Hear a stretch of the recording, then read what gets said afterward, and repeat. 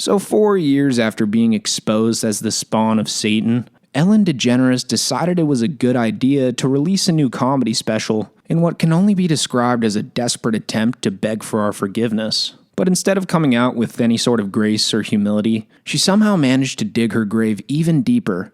So let's start with the jokes. Her jokes were so surface level and boring that it was borderline offensive. I think we all care what people think. We can say we don't. We can pretend we don't care what people think, but all it takes is trying to parallel park in front of a crowded outdoor cafe.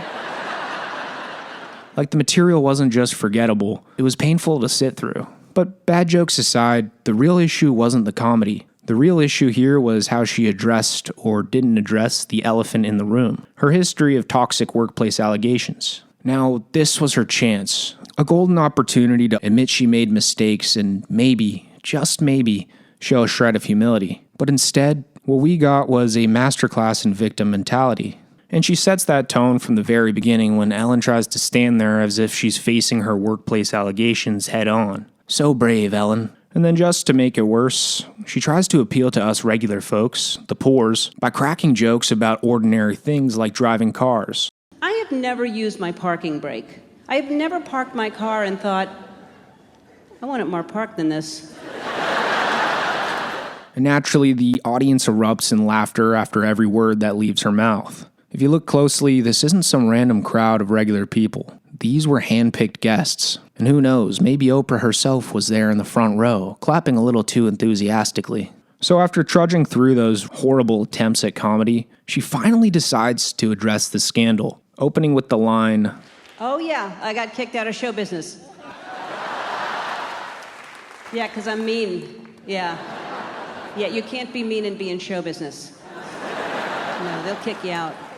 No, Ellen, you didn't just get kicked out because you were mean. You were an evil goblin.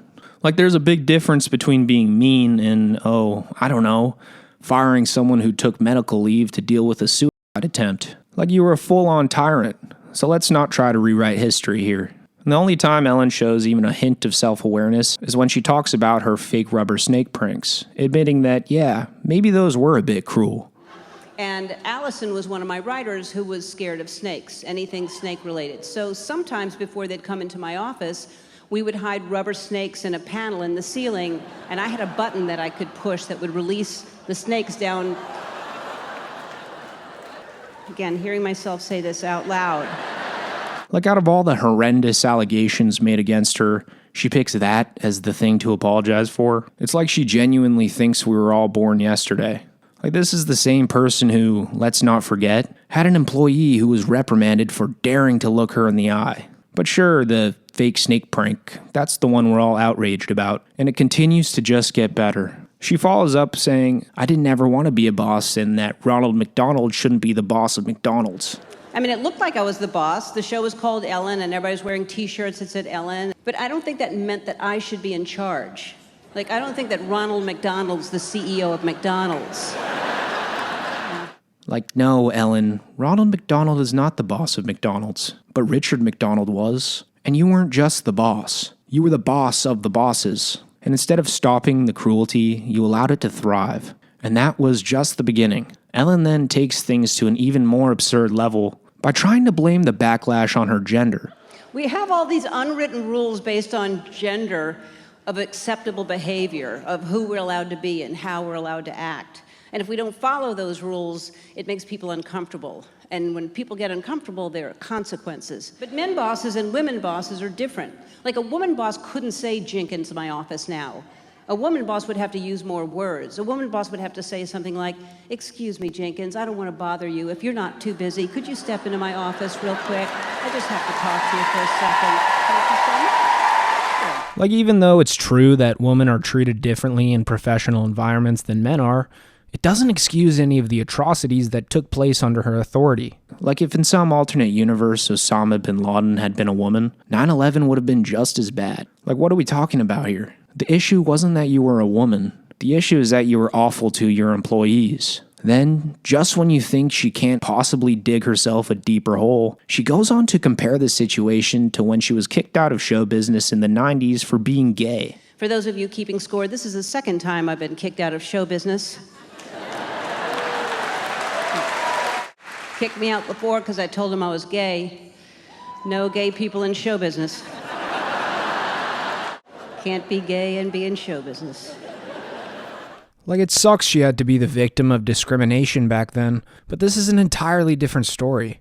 Nobody cares about her sexuality in this scenario. What people do care about, however, is the fact that you're a billionaire who treated your staff like peasants. You were a tyrannical overlord, plain and simple. Like, if we were living in medieval times, I'm pretty sure you'd be the type to throw employees into the dungeon for messing up your coffee order. And of course she couldn't resist trying to relate to the audience one last time when she mentions that she has OCD and ADHD. But I may have OCD because a therapist said so. And they say it could be hereditary. And so I went home and I asked Portia, I said, do you think I may have OCD? And she said, yes, you do. I asked her what I obsess about, and she said, you obsess about time. And that is true. I don't like to be late. I like to be on time, so sometimes that makes us early. Okay, fair enough. But then she tries to make herself look relatable by telling a story about how her OCD made her show up early to one of Usher's mansion parties after the Grammys. So early that she and her partner had to help the maids set up candles. Usher was having an after party for the Grammys one year, and we got there so early it was just us and the staff.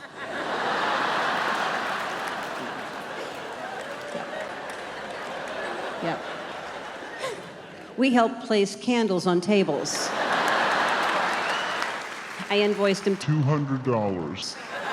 Because we've all been there, right? Helping maids at celebrity mansion parties after the Grammys. So at the end of the day, what we're left with is a desperate attempt at redemption from a woman who built her brand on being relatable, only to reveal that she was anything but. Ellen DeGeneres used her privilege and platform to downplay her actions, making this comedy special a masterclass in deflection and self-pity. Instead of taking responsibility for her behavior, she chose to wrap herself in the cloak of victimhood, blaming her gender, her sexuality, and even her mental health issues. The real tragedy here isn't that Ellen was mean, it's that she convinced so many people for so long that she wasn't. Thank you so much. I'm proud of who I've become. When you're a public figure, you're open to everyone's interpretation. And I'm sure you've heard the saying that what other people think of me is none of my business, because people will say and think all kinds of things and you have no control over that, but you know the truth and that's all that matters. But that is easier said than done, because being in this business, I have had to care what people think. Because being a comedian or a host, it's our only real currency for success. If they like you, you're in, and if they don't, you're out. And I've spent an entire lifetime trying to make people happy, and I've cared far too much what other people think of me. So the thought of anyone thinking that I'm mean was devastating to me.